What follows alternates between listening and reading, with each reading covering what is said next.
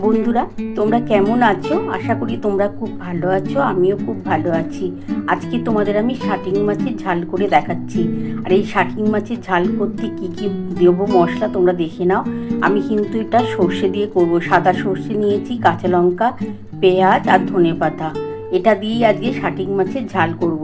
আর এই শাটিং মাছটা খুব ভালো খেতে লাগে বন্ধুরা। তোমরা বাড়িতে একবার হলো করে খেও, খুবই টেস্ট হয়, পুরো ইলিশ মাছের মতনই খেতে লাগে। আর এই শাটিং মাছের ঝাল করতে আমার কিন্তু সর্ষে, কাঁচা লঙ্কা আর ধনেপাতা আমি কিন্তু একসাথে বেটে নেব। চলো বন্ধুরা, মশলাটা বেটে নিই। ধনেপাতা, কাঁচা লঙ্কা আর সাদা সর্ষে এটা বেটে নিচ্ছি। তারপর আমি রান্নাটা করব, তোমরা দেখতে পাবে। বন্ধুরা দেখো, এই শাটিং মাছের ঝাল করার জন্য আমি কিন্তু এই সাদা সর্ষেটা নিয়েছি। আর এই ধনেপাতাটা দিয়ে দিলাম, কাঁচা লঙ্কাটা দিয়ে দিলাম। আর এর মধ্যে অল্প একটু নুন দিয়ে আমি মশলাটা বেটে নিই। তারপর আমি তোমাদের দেখাচ্ছি কিভাবে রান্নাটা করব। বন্ধুরা দেখো, আমি শাটিং মাছের মধ্যে নুন আর একটু হলুদ দিয়ে দিয়েছি, এটা মাখিয়ে নিই। আর কড়ার মধ্যে আমি তেল বসিয়ে দিয়েছি। বন্ধুরা দেখো, তেলটা আমার একটু গরম হলে আমি মাছটা ভেজে নেব। বন্ধুরা দেখো, আমার কিন্তু সর্ষে আর কাঁচা লঙ্কা, ধনেপাতা আমি একসাথে বেটে নিয়েছি। আর এর মধ্যে আমি একটু কাশ্মীরি লঙ্কার গুঁড়ো দেবো। এটা রং হওয়ার জন্য দেবো, আর কিছু দেবো না। যেহেতু আমি কাঁচা লঙ্কা বেটে দিয়েছি, সেহেতু শুধু কাশ্মীরি লঙ্কার গুঁড়ো একটু দেবো।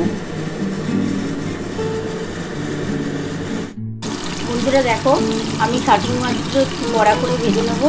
তবে খুব বেশি কড়া করবো না, কিন্তু একটু লাল লাল করেই ভাজবো।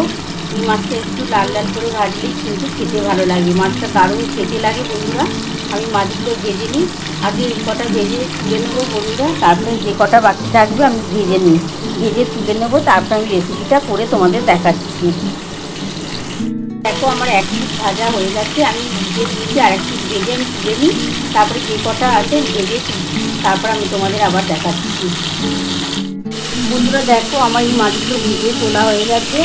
আর এই যে কটা বাকি ছিল আমি ভেজে নিচ্ছি, ভেজে তুলে নিয়ে তারপর তোমাদের রান্নাটা করে দেখাচ্ছি। দেখো বন্ধুরা, আমার কিন্তু এক পিস ভাজা হয়ে গেছে, আমি উঠে দিয়েছি। এবার তুলে নিচ্ছি। তুলে নিয়ে এবার রেসিপি শুরু করবো। বন্ধুরা দেখো, আমার কিন্তু শাটিং মাছ ভেজে তোলা হয়ে গেছে। এবার ওই তেলের মধ্যেই আমি প্রথমে পেঁয়াজটা ভেজে নিচ্ছি। এই যে দেখো বন্ধুরা, আমি আর তেল দেবো না, এই তেলের মধ্যেই আমি এই যে পেঁয়াজ কুচিয়ে রেখেছি বড় একটা, পেঁয়াজটা দিয়ে দিলাম। আমি সর্ষেটা যখন ভেজেছিলাম অল্প একটু নুন দিয়ে ভেজেছিলাম, সেজন্য নুনের পরিমাণটা এখন একটু কম দেবো। আমি এখনই অল্প একটু নুন, একটু হলুদ দিয়ে দেবো। আমি অল্প একটু নুন দিচ্ছি। আমি একটু নুন সর্ষের সাথেই বেটে রেখেছিলাম, সেই জন্য আমি 1 চামচের মতন, ছোটো চামচের নুন দিলাম।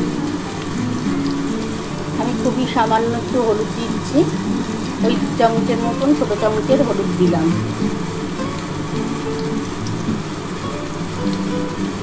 খুবই সামান্য একটু চিনি দিচ্ছি, একটু স্বাদ হওয়ার জন্যই দিলাম।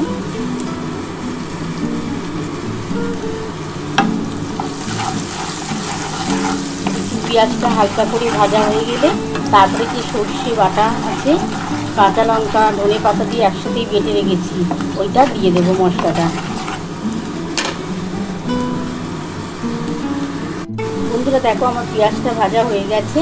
এবার এই সর্ষে, ধনেপাতা, কাঁচা লঙ্কা বাটাটা দিয়ে দিলাম।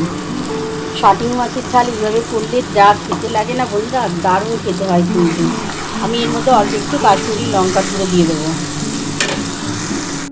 বন্ধুরা, আমি অল্প একটু কাশ্মীরি লঙ্কা গুঁড়ো দিয়ে দিচ্ছি। এটা কিন্তু কালার আসার জন্য দিলাম, তোমরা না দিলেও দিতে পারো। আমি একটু দিচ্ছি, একটু কালারটা হবে, দেখতেও ভালো লাগবে আর খেতেও তখন টেস্ট লাগবে। দেখার উপরই সব কিছু নির্ভর করে। রান্নাটা যদি একটু দেখতে ভালো হয় তাহলে দেখবে খেতেও খুব ভালো লাগবে, মজা লাগবে। একটু ভালো করে কষিয়ে নিয়ে আমি যে মশলার জলটা আছে সেই মশলার জলটা দিয়ে দেবো।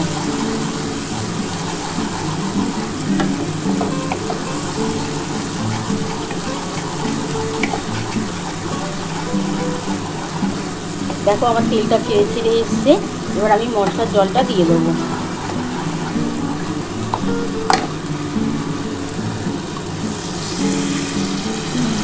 মশলার জলটা দিয়ে দিলাম। আমি এক্সট্রা কোনো জল দিলাম না।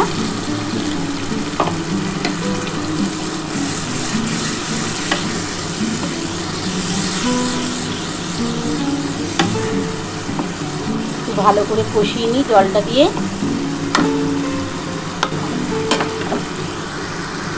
বন্ধুরা দেখো আমার কিন্তু মশলাটা কমপ্লিট হয়ে গেছে। বন্ধুরা দেখো আমার কিন্তু মশলাটা কিন্তু দেখো কমপ্লিট হয়ে গেছে। এবার আমি মাছগুলো দিয়ে দেবো।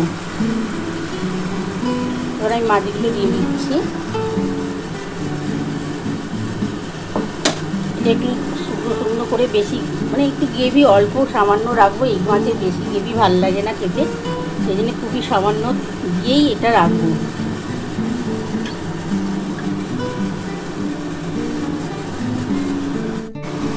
বন্ধুরা দেখো আমার কিন্তু মাছের ঝালটা কিন্তু কমপ্লিট হয়ে গেছে। আমি কিন্তু এই অবস্থাতেই নামাবো।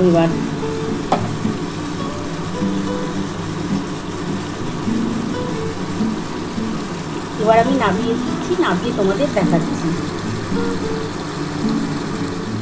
বন্ধুরা দেখো আমার শাটিং মাছের ঝাল নামানো হয়ে গেছে। তোমরা তো দেখেই নিয়েছো আমি কি মশলা দিয়ে এই মাছটা রান্না করেছি। তোমাদের যদি এই রেসিপিটা ভালো লেগে থাকে প্লিজ একটা লাইক সাবস্ক্রাইব করতে ভুলো না, আর কমেন্ট বক্সে অবশ্যই জানিও কেমন হয়েছে। তাহলে এইরকম আরও নতুন নতুন রেসিপি নিয়ে তোমাদের সামনে হাজির হব। Thank you.